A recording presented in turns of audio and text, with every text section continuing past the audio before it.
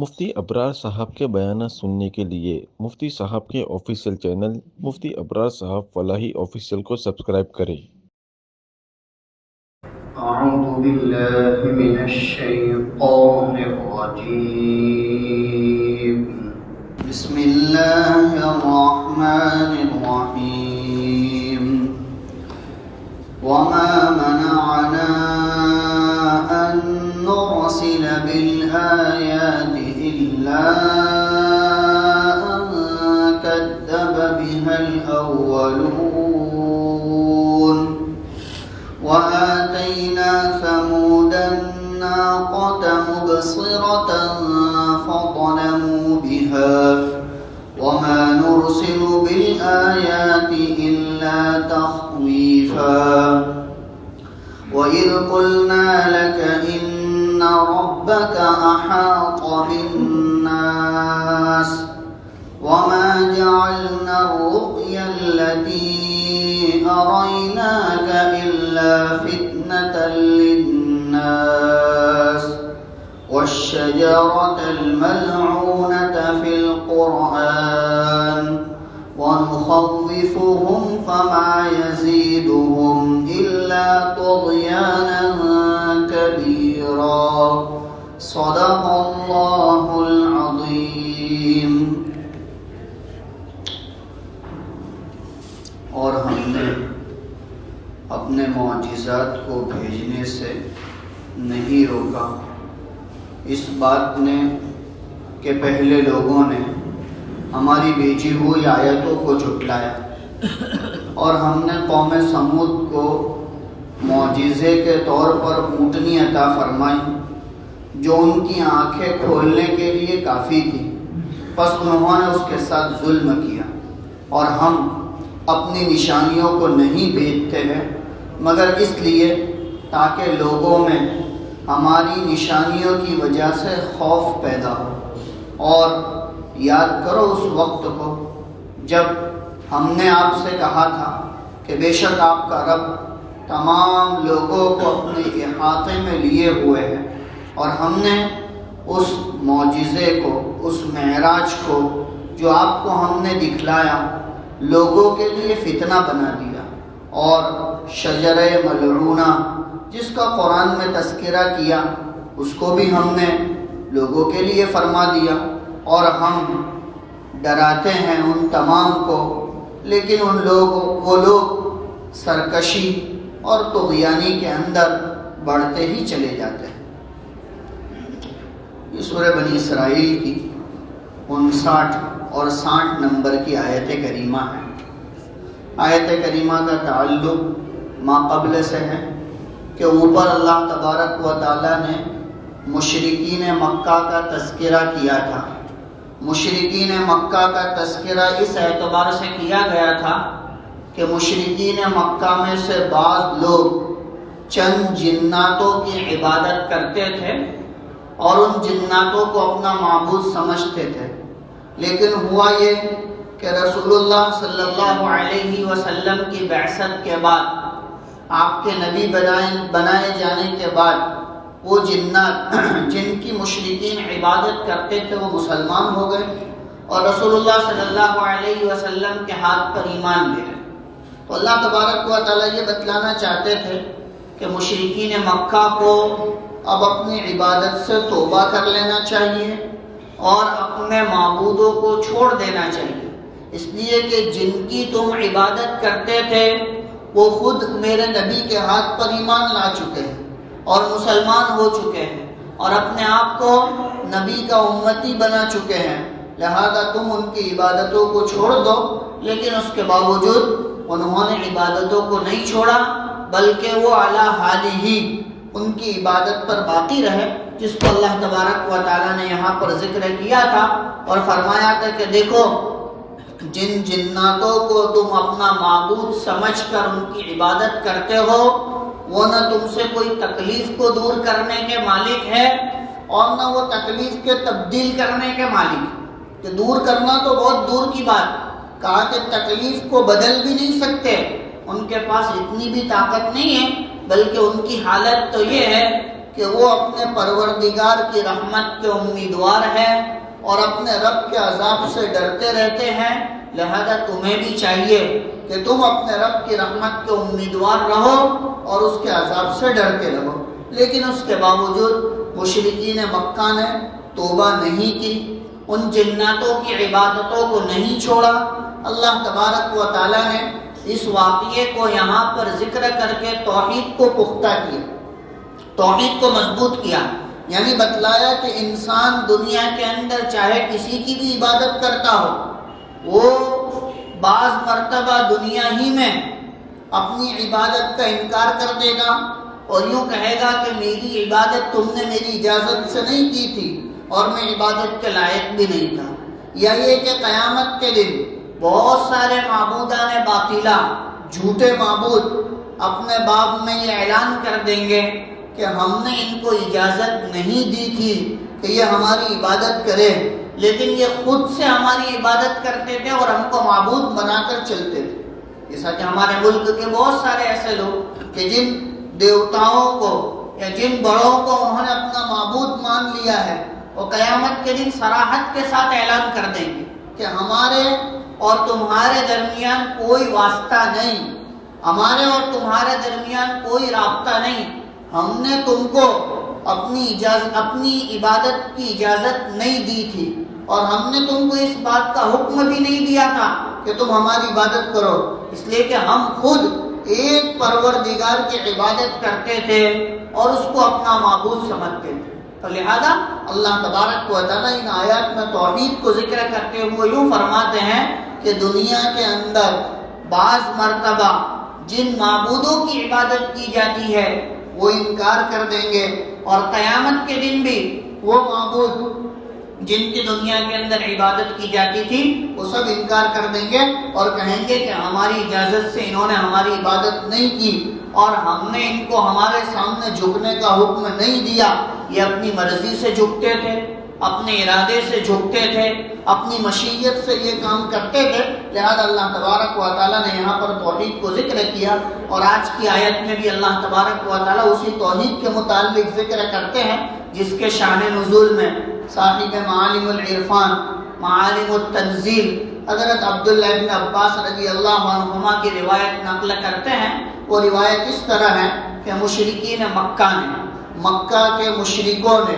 رسول اللہ صلی اللہ علیہ وسلم کے سامنے درخواست کی اور یوں کہا کہ جس طرح موسیٰ علیہ السلام کی قوم نے اپنے نبی سے معجزہ مانگا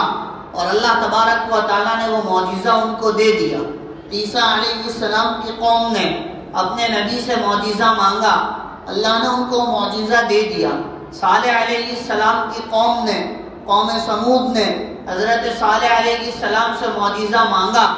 اللہ تبارک و تعالیٰ نے معجزہ دے دیا، آپ بھی اللہ سے دعا کریں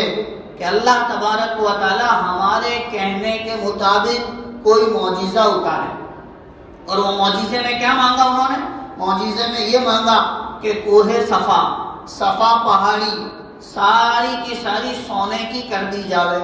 اس وقت بہت بڑی پہاڑی تھی، اب تو اس کو جو ہے وہ ختم کر کے تھوڑا سا حصہ برکت کے طور پر باقی رکھ دیا ہے، ورنہ اس وقت بہت بڑی پہاڑی تھی۔ تو انہوں نے یہ درخواست کی کہ کوہ صفا پہاڑی کو ہمارے لیے سونے کا بنا دیا جائے۔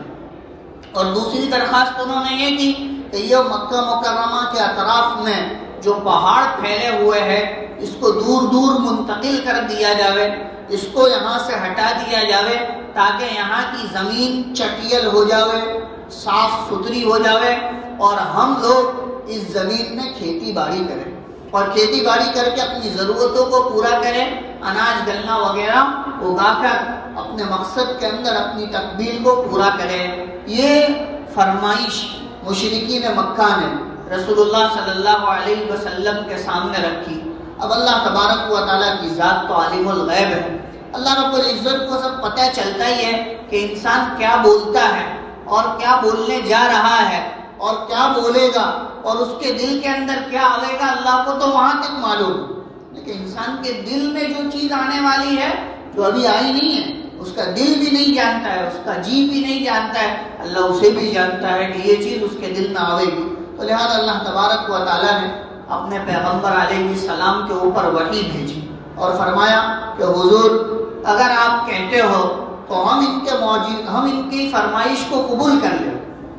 یعنی ہم کوہ صفا کو جو ہے وہ سونے کا بنا دیں گے، کہ صفا پہاڑی کو سونے کا کر دیں گے، اور اگر یہ چاہتے ہیں تو ان پہاڑوں کو یہاں سے ہٹا دیا جائے گا، ان کے لیے چٹیل میدان کر دیا جائے گا تاکہ یہ کھیتی باڑی کرے، اناج گلہ وغیرہ اگاوے۔ لیکن ہمارا معجزہ آنے کے بعد، ہماری نشانیاں آنے کے بعد اگر یہ لوگ ایمان نہیں لاتے ہیں تو پھر ہم ان کو ہلاک کر دیں گے۔ یہ ہمارا دستور،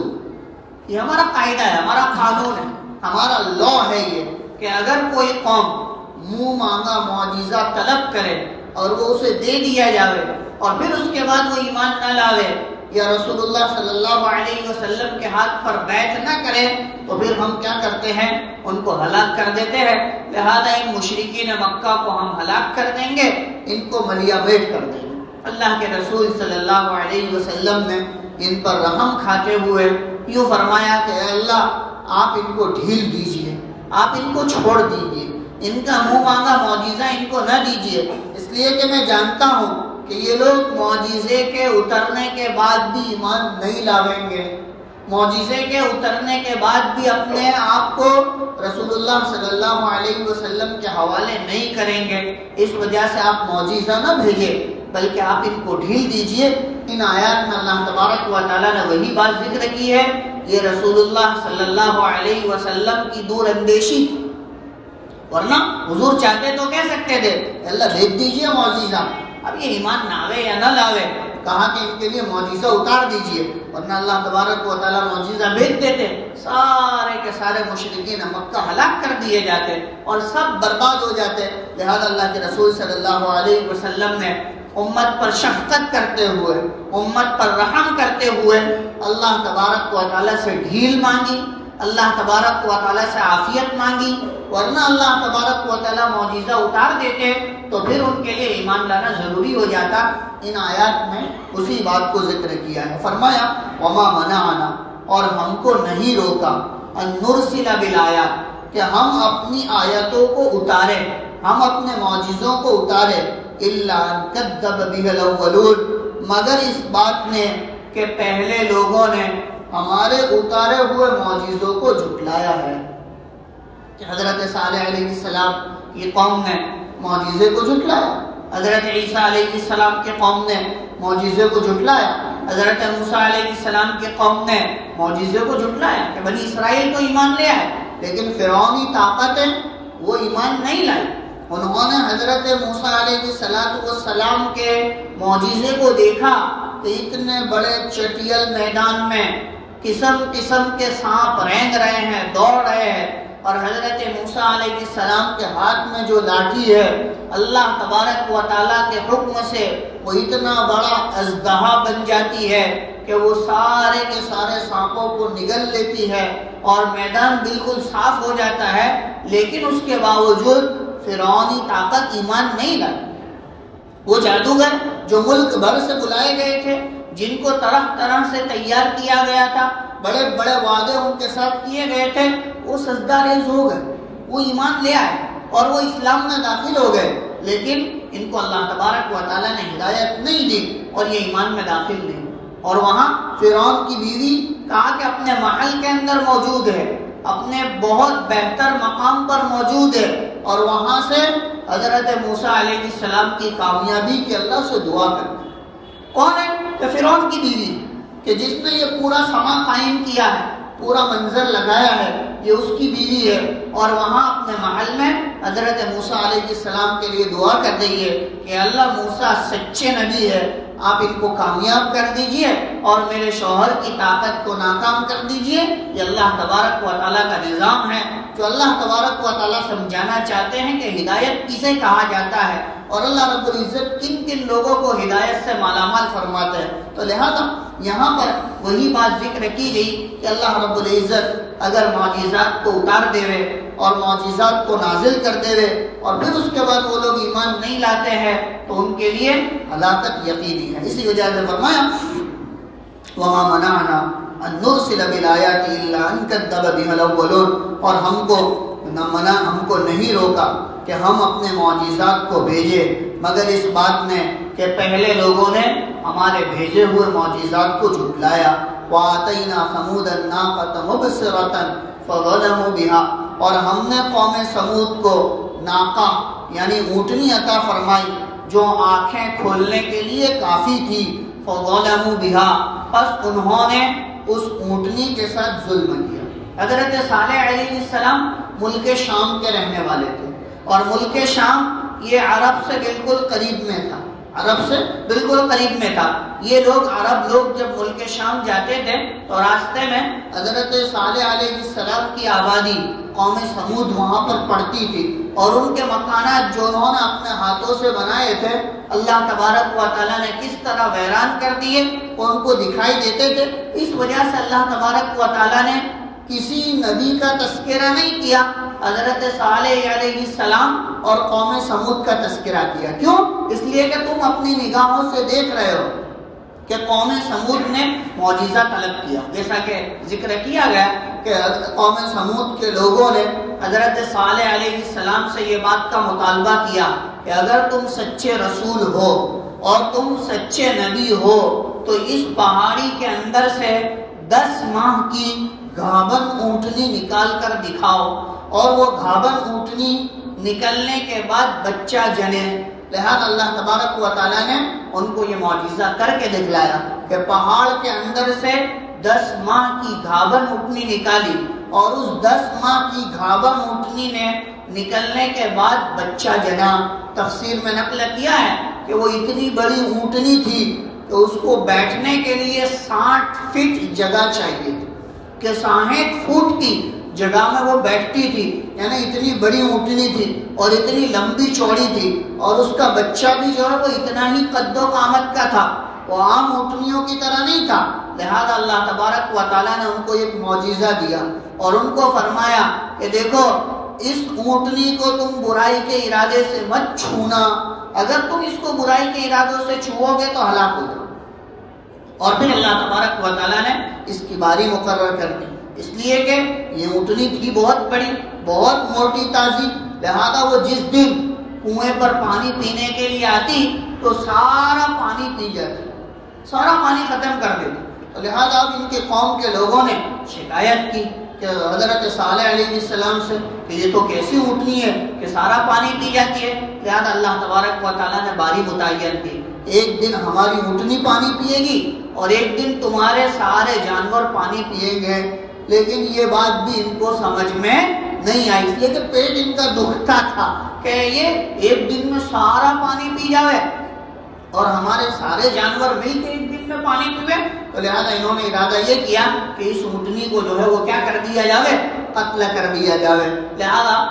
جس طرح ہر معاشرے کے اندر چند بدماش بندے اور گنڈے ہوتے ہیں، کہا کہ اس طرح ان کی قوم کے اندر 9 افراد تھے جو بہت خطرناک تھے۔ اس میں سے ایک قیدار بن سالف نام کا شخص جو آگے بڑھا اور اس نے اس اونٹنی کے پونچھے کاٹ دیے، اس کے پیروں کو کاٹ دیا، اور پھر اس طرح دوسرے بھی آگے بڑھے اور انہوں نے بھی پیروں کے اوپر حملہ کر کے اس کے پیروں کو کاٹ دیا، اس لیے کہ سر کو کاٹنا تو ان کے بس میں تھا ہی نہیں، اور سر کو تو وہ کاٹ بھی نہیں سکتے تھے، لہٰذا انہوں نے اس کے پونچھے کاٹ دیے، اس کے پیروں کو کاٹ دیا اور اس پر حملہ کر کے اس کو قتل کر دیا۔ بس اللہ تبارک و تعالیٰ کو یہ بات منظور نہیں تھی، لہذا 3 دن کی مہلت دی گئی اور پھر اس کے بعد پوری کی پوری بستی کو ہلاک کر دیا۔ آج بھی ملک شام جانے والے قوم سمود کی بستیوں کو اپنی نگاہوں سے دیکھ سکتے ہیں کہ اللہ تبارک و تعالیٰ کے بھیجے ہوئے معجزے کے ساتھ نازیبا سلوک کرنے کی وجہ سے ان کا کیا حشر کیا گیا۔ لہذا اللہ تبارک و تعالیٰ فرماتے ہیں وَآتَيْنَا ثَمُودَ النَّاقَةَ مُبْصِرَةً فَظَلَمُوا بِهَا، اور ہم نے قوم سمود کو معجزہ عطا فرمایا۔ کیا معجزہ عطا فرمایا؟ اونٹنی کا معجزہ عطا فرمایا جو ان کی آنکھیں کھولنے کے لیے کافی تھا۔ بعض حضرات علماء مفسرین نے یہاں پر یہ بات بھی نقل کی ہے کہ اللہ تبارک و تعالیٰ نے صالح علیہ السلام کی اونٹنی کے معجزے کو ذکر کر کے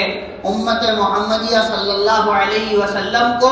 حضور علیہ السلام کے معجزوں کی طرف متنبع کیا ہے کہ تم بھی اپنے نبی کے معجزوں کو اپنی آنکھیں کھولنے کا ذریعہ بناؤ. اگر تم ان معجزوں سے روگردانی کرو گے تو تمہاری بھی ہلاکت طے ہے. اور رسول اللہ صلی اللہ علیہ وسلم کے معجزات میں سب سے بڑا معجزہ اللہ کا کلام ہے.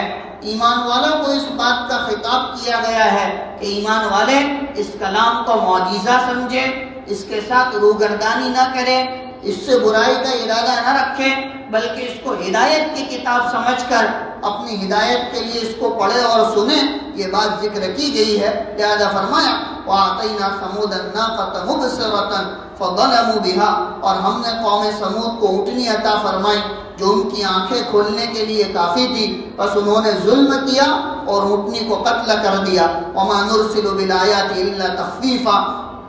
اور ہم نشانیوں کو نہیں اتارتے ہیں مگر لوگوں کے اندر خوف پیدا کرنے کے لیے، تاکہ لوگ ہمارے معجزات کے ذریعے سے خوف اپنے دلوں میں پیدا کرے. اللہ تبارک و تعالیٰ سے دعا ہے اللہ ان آیتوں کو صحیح معنی میں سمجھنے کی توفیق عطا فرمائے، اور جو خوف اور خشیت اللہ ان آیتوں کے ذریعے سے چاہتے ہیں ہم سب کو مکمل اور 100% عطا فرمائے. وآخر دعوانا